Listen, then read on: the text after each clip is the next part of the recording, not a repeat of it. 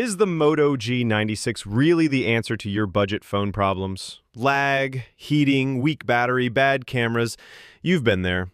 We broke down over 160 real user reviews, and the truth is more interesting than you think. Here's what you're probably wondering.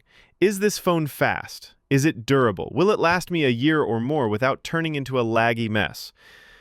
Let's talk performance first. If your current phone lags during gaming, heats up during multitasking, or just feels slow, this might be your fix. The Moto G96 comes with the Snapdragon 7S Gen 2 chip and 8 GB of RAM.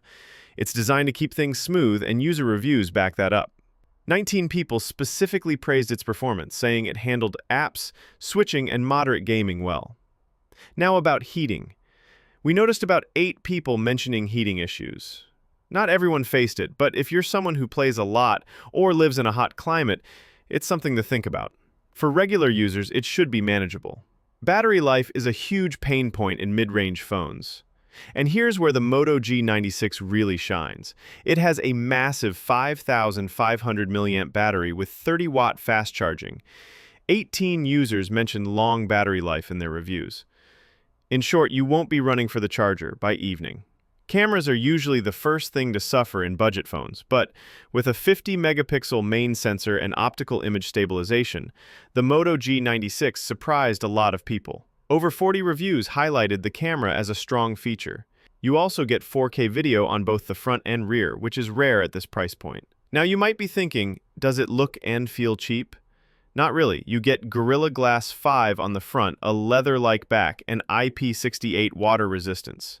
That means it can survive splashes, dust, and light drops, and it looks far more premium than you'd expect. But it's not perfect. One major downside is software support. You only get one major Android upgrade. That means if you're expecting long-term updates, you might be disappointed.